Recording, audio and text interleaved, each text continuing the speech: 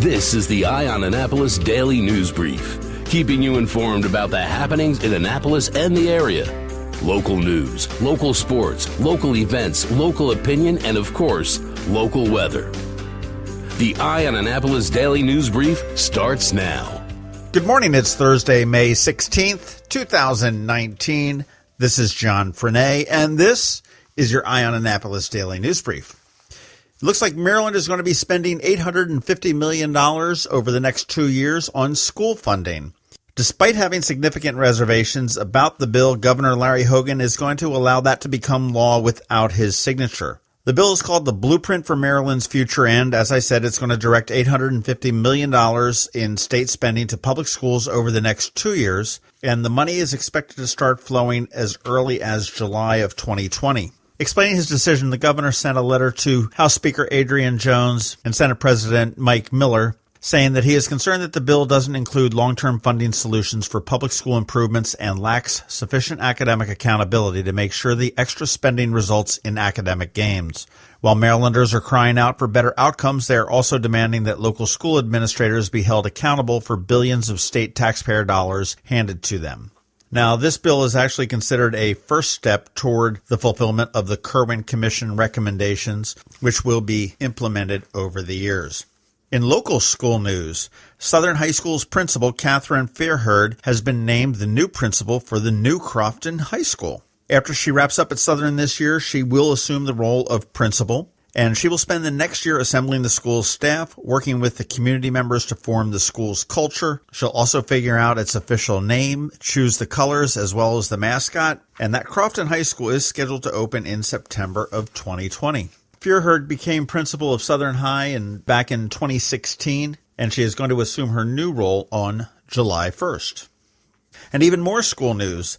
That policy that the Board of Education was considering about eliminating the valedictorian and salutatorians has been modified a little bit. There is a new policy under consideration now, which will allow high schools to select valedictorians and salutatorians based on qualities such as character and leadership rather than their grade point average. Under this new proposal, schools would continue to honor those who qualify for the Latin honors, which are the cum laude and magna cum laude and summa cum laude.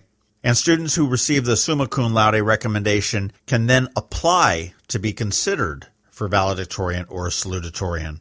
Then the valedictorians and salutatorians would be selected based on character, leadership, scholarship, and service. And if it is adopted on June 5th, the application and selection process will be determined by Superintendent Arlotto. Just a reminder to the restaurants and the food people in Annapolis. Last October, they enacted a prohibition on polystyrene or styrofoam products. That ban goes into effect September 1st of this year. Businesses using styrofoam for food service should start to use their current stores of the product in order to be in compliance with the ban on September 1st. If you get caught using the product after September 1st, it is a $100 fine for the first offense and $200 for subsequent violations. This is a fine levied on the businesses, not on somebody eating out of a styrofoam box.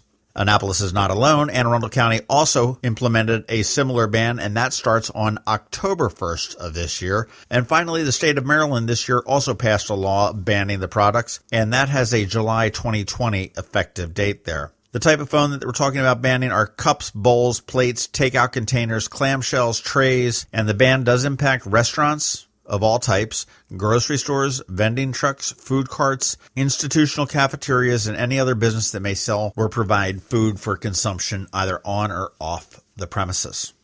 A beloved tradition in Annapolis, the MRE's tug-of-war, which is always held in November, is in jeopardy. Actually, it is very close to not happening ever again. Last week, the MRE board held a meeting and voted to not hold a tug in 2019. The decision was made because of the lack of participation, not on participants or not on volunteers the day of, but in planning.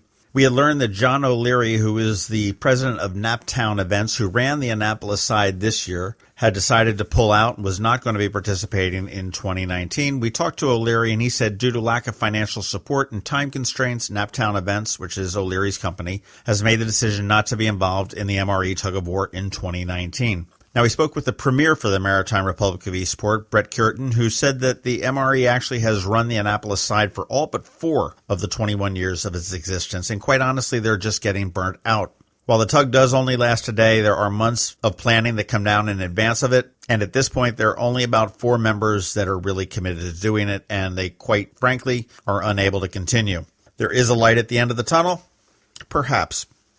Pam Finley, who has run promotions in the area for many years, including 2 tugs for the Annapolis side years ago, has advised that she'd be willing to handle the Annapolis side along with Jody Danek, who is a business partner of Mayor Gavin Buckley and the general partner in the Market House. We talked to Finley, and she said she figures Annapolis would be a very small gathering prior to the tug, and then afterwards everybody going over to the Eastport side to participate in the celebration and the fundraising. With that news, the MRE board met again in an emergency meeting the day before yesterday, and they came out with a compromise. If you want to save the tug, listen up to this. On June 4th at the Eastport Democratic Club at 7 p.m., the MRE will hold a recruitment social/happy hour. They will be looking for people that are genuinely interested in committing to planning and organizing the events throughout the year. Patty Slaughter, who's the MRE's vice president, said quite simply, on November 2nd, there will either be a tug or a Day of the Dead party to mourn the end of the tug. It all depends on the support we recruit on the 4th of June. If you do want to volunteer, if you want to step up and be on their board, send an email to info@themre.org or plan to attend the meeting on June 4th. It would be a horrible shame to lose this event in the city of Annapolis. Hey, we're going to mention it on Friday when we do it, but I want to give a heads up because it's starting to sell out. But Sarah Koenig, who is the host and co-creator of the most listened to podcast in history, Serial, which has a Maryland bent, obviously, comes to Maryland Hall for an onstage conversation at 8 p.m. on Friday, May 17th. Tickets are $25 and $35. You can get them at marylandhall.org. And speaking of Sarah Koenig, we spoke with her the other day, and you want to check out that podcast at themarylandcrabs.com. It was quite fun and unique and got some interesting insight into Ms. Koenig and Serial. Speaking of podcast, and in recognition of Maryland Podcast Month, yesterday the Maryland Association of Counties made a huge mistake and gave me a mic on their podcast. If you want to hear it, it'll release a little bit later on today. You can check it out at mdcounties.org. And aside from me and all the crap I talked, if you want to keep the tabs on the State House and everything that goes on under that big wooden dome, the Conduit Street Podcast is the one that you want to listen to. Again, I recommend that you get in there, you listen to it, you subscribe to it so it comes to your phone or your iPad. It gets delivered free. There is no cost. But check that out, mdcounties.org, the Conduit Street Podcast. And if you guys are listening, thank you for having me on. I had a lot of fun. It's always fun to chat with somebody else. All right, that does it for the top news today. Please make sure you're checking out eyeonannapolis.net throughout the day because we do update it throughout the day. You want to check out that first link in our show notes because it tells you all the different ways that you can connect with us. Of course, give us a recommendation or a review wherever you possibly can do that, and give us a recommendation to your friends and colleagues and family as well. That's how we do grow, and I am eternally grateful for that. It is Thursday. We have Trevor with your Annapolis Makerspace Minutes, and of course, we've got George Young with your local DMV weather forecast coming up in just a minute. But first, I need to tell you something about Macmedics in Severna Park. Have you ever been to the Annapolis Mall when it opens for the day?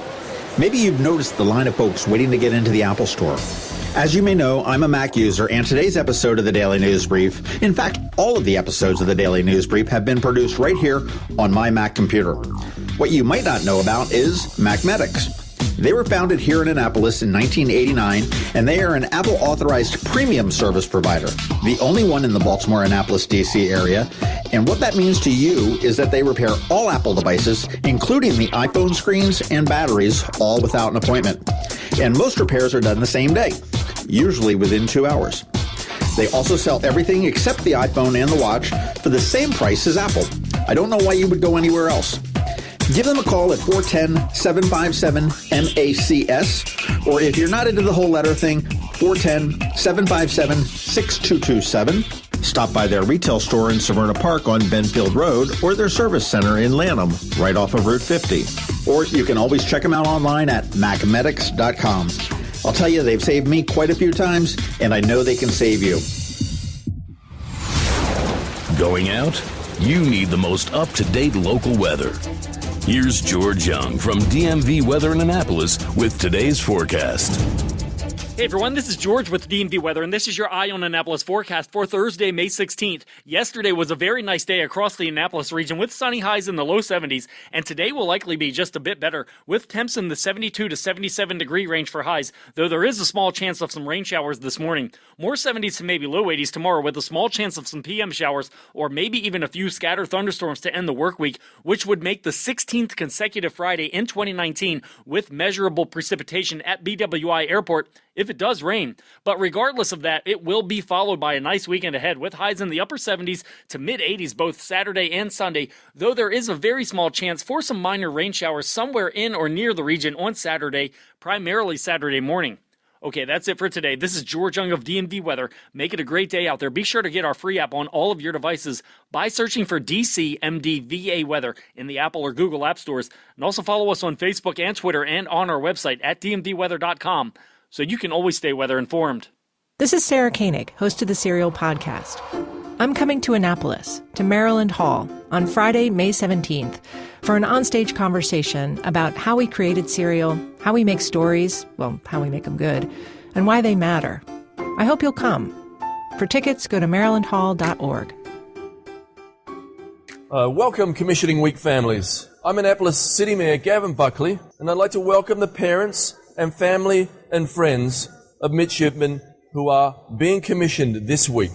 The City of Annapolis is proud to host the U.S. Naval Academy, and we are always pleased to see the progress from plebes to officers. Enjoy our wonderful restaurants and historic district and shops. Make Annapolis your home for the week. We love you guys. Every week, makers, crafters, and educators hold events all over the area. Highlighting some of those, here's our Makers Minute, brought to you by Annapolis Makerspace. Hey, this is Trevor from Annapolis Makerspace with this week's Maker Minutes. Registration is open for Project STEAM Maryland's summer camp running June 24th through August 2nd in Owings Mills. Students 1st through 5th grades can enjoy camp activities with certified teachers including traditional and digital art, computer science, game design, 3D printing, day trips, sculpture, reading comprehension, swimming, fashion, engineering, and more. This weekend at London Town Gardens is Shore Party. Explore the maritime history of the South River with reenactors in costume, boats, and activities for the whole family.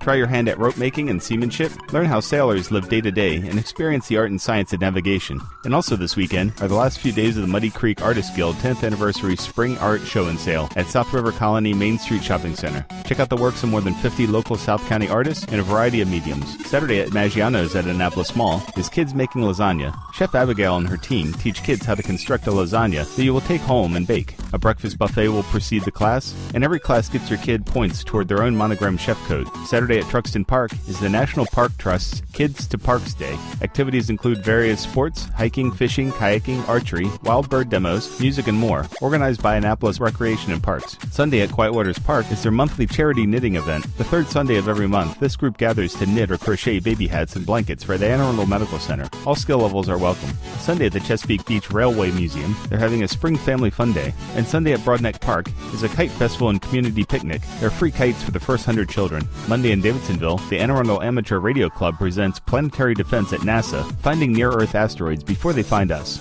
And Tuesday at Whole Foods in Annapolis is their Half Pint Kids Club. This time they'll be making no-bake pizza crackers for kids ages 3 to 5. This week at Art Farm in Annapolis, on Saturday, is their Mother-Daughter Photography Portrait Workshop for mothers and their daughters ages 8 to 13. Learn the basics of photography, get comfortable behind and in front of the lens, learn about different poses, and how to work with your subject from behind the camera. All experience levels are welcome. And Wednesday, Art Farm's Adult Intro to Improv Workshop continues. Learn the fundamentals of improv comedy, experience positive challenges, and tons of laughs. Improv is excellent for personal development, thinking on your feet, creative brainstorming, team building, and overcoming anxiety. Also, registration is open for Art Farm's summer art camps for kids. Camps include street art, animation, fearless photography, mixed media art, painting, drawing, storytelling, circus camp, and 3D sculpture. Voted the best fine arts camp in Annapolis, and sibling discounts are available. At Maryland Hall, now through August 15th, is Weather on the Water. Water, an exploration of the conceptual and literal interpretations of this broad subject, featuring works from the Annapolis Arts Alliance. At Claybaker's in Annapolis this week, both Sunday and Monday, they have a glass fusing workshop, Making a Seascape. This class will provide you with everything you need. You will be shown how to cut, break, and glue your glass to create your own seascape. This week at the Benjamin Banneker Museum and Park in Ellicott City. On Saturday is Snakes in Your Backyard. Frightened of the reptiles that might slither through your yard? Discover how the snakes of Maryland provide important ecosystem services. Also on Saturday, their Matt's Speaker Series continues. The Mid-Atlantic Turtle and Tortoise Society is dedicated to turtle and habitat conservation. Former Matt's VP, Keith Kelly, will discuss his adventures with turtles in Maryland and Florida. This week at the Arundel County Public Library System. Tomorrow at Discoveries at the Mall is Pirate Storytime. Saturday at Mountain Road is Minecraft. Saturday at Serona Park is Build a Drone Workshop, a hands-on workshop using STEM skills to model, build, and fly a drone from scratch. Tuesday in Deal is Dinosaur STEM Storytime for ages 3 to 5. Join a paleontologist to learn about dinosaurs through stories, songs, and simple preschool science activities. Wednesday in Crofton is their 3D print design class. Learn 3D design using Tinkercad. The objects you design will be printed after the event. This week at Unallocated Space in Severn, tonight is their InfoSec night, Introduction to Web Application Penetration Testing using Burp and Zap. Monday is their project night. Tuesday is their software-defined radio workshop covering the fundamentals of digital signal processing and other RF and basic electrical engineering concepts. Wednesday is their lockpicking workshop. Lockpicking as a sport and hobby is a fun mental exercise. It involves manual dexterity and problem-solving ability and can be quite competitive. Also Wednesday is their weekly open house. This week at the Pongo's Learning Lab and Coder Kids Club in Crofton. Saturday is the next in the series of the Art and Design in Video Games with Tyrone Barnes. Learn the basics of game design and how to create video game characters and environments. This session will also discover the design of Overwatch. Sunday at Patuxent Lapidary Guild in Annapolis, they're having a basic faceting workshop. Learn how to cut and round a gem from a synthetic garnet, including preforming, dopping, cutting, and polishing. And finally, this week at Annapolis Makerspace, tomorrow is our monthly analog gaming night, where Emmy will be showing off her favorite tabletop games, and you can bring your own favorites as well. Monday is our weekly electronics class. This week we're covering basic electronic components. Tuesday is our monthly CAD, CAM, and CNC workshop using Autodesk Fusion 360. Learn how to take your 3D design and apply it to a tool like a CNC router. And like every week, Wednesday is our woodworking night, and Thursday is our electronics night. And you can catch me tonight and every Thursday night at Annapolis Makerspace on Renard Court for Electronics Night, and you can find links to all of these events at the Annapolis Makerspace website at makeannapolis.org. And whether you're making art, software, sawdust, or just a mess, chances are you're already a maker. This has been Trevor from Annapolis Makerspace with this week's Maker Minutes. There is a diamond of diamonds. It's from De Beers. Only 14 diamantaires in the world can touch them. Its name, Forevermark. And Zachary's is the only jeweler in the Annapolis area that has it. Not only is it beautiful and rare, it has a story, supporting women in diamond-producing areas around the world. So when you give a Forevermark diamond, you don't just give, you give back. Zachary's and Forevermark, a jeweler and a jewel. Online at zacharysjewelers.com. You've been listening to the Eye on Annapolis Daily News Brief. Tell your friends and colleagues this is the podcast where you can keep up on the latest with what's going on in Annapolis. And also tell them about our website, eyeonannapolis.net, where you can find even more information. This podcast comes to you every Monday through Friday at 7 a.m., keeping you informed with the Eye on Annapolis Daily News Brief. And take a moment to listen to our other podcast, The Maryland Crabs, released every Thursday at noon.